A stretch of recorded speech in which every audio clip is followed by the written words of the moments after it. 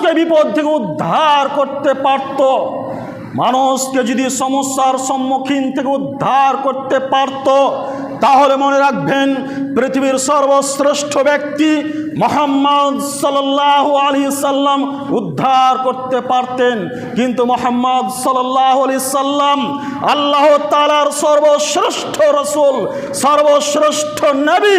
তিনি সারা পৃথিবীর মধ্যে সমস্ত নবীদের মধ্যে সর্বশ্রেষ্ঠ নবী। তিনিও কোনো মানুষের উপকার করতে পারবেন না।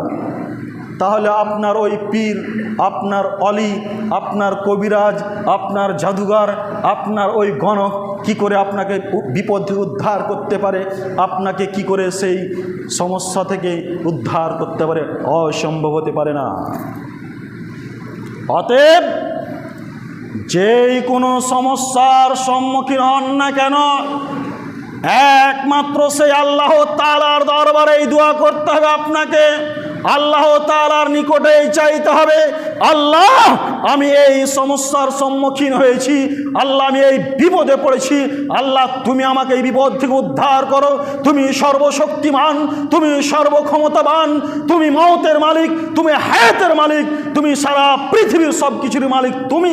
আল্লাহ তুমি আমাকে সেই বিপদ থেকে উদ্ধার করতে পারো। পৃথিবীর কোনো মানুষ আমাকে